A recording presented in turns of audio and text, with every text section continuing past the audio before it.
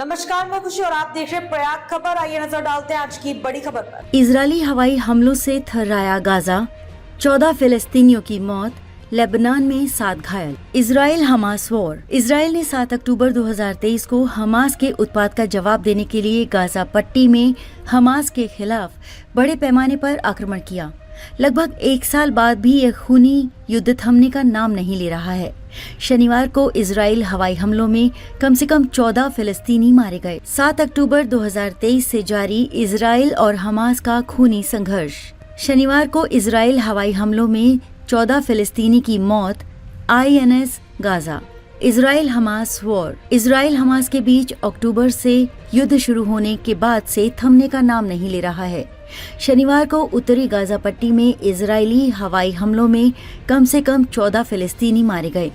सुरक्षा और चिकित्सा सूत्रों ने शनिवार को मीडिया को बताया कि इजरायली जेट विमानों ने जबालिया शरणार्थी शिविर में एक घर पर बमबारी की, जिसमें एक पत्रकार, उसकी पत्नी, उसके 2 बच्चे और उसकी मां की मौत हो गई। रिहायशी इलाकों पर बमबारी। समाचार एजेंसियों सिन्हुआ के अनुसार सूत्रों ने बताया कि इजराइल के लड़ाकू विमानों ने गाजा शहर के उत्तर में जरका इलाके में एक और घर को निशाना बनाया, जिसमें 2 लोगों की मौत हो गई और अन्य घायल हो गए।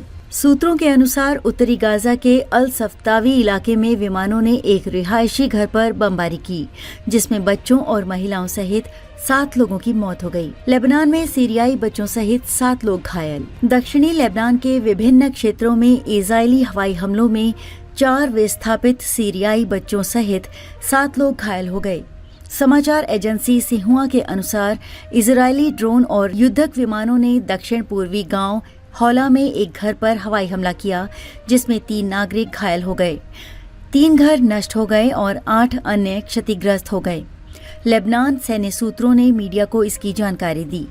शरणार्थी शिविर में हवाई और तोपखाने की गोलाबारी। गाजा पट्टी के दक्षिण में राफा और खान यूनिस के इलाकों और मध्य गाजा पट्टी में सुनैरात शरणार्थी शिविर में हवाई और तोपखाने की गोलाबारी जारी है। हालांकि इजराइल रक्षा बलों ने शनिवार को एक बयान में कहा कि एन्क्लेव में इसकी परिचालन गतिविधि जारी है। IDF सैनिकों ने राफा क्षेत्र में सटीक खुफिया आधारित परिचालन गतिविधि जारी रखी है और मध्य गाजा में अभियान चलाया है।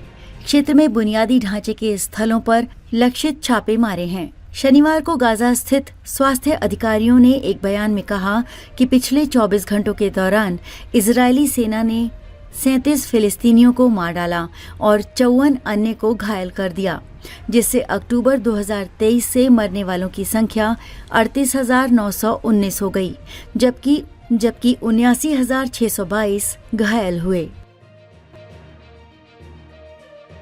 अब तक के लिए बस इतना ही। फिर होगी आपसे मुलाकात ऐसी एक और खबर के साथ। तब तक के लिए नमस्कार और देखते रहिए प्रयाग खबर।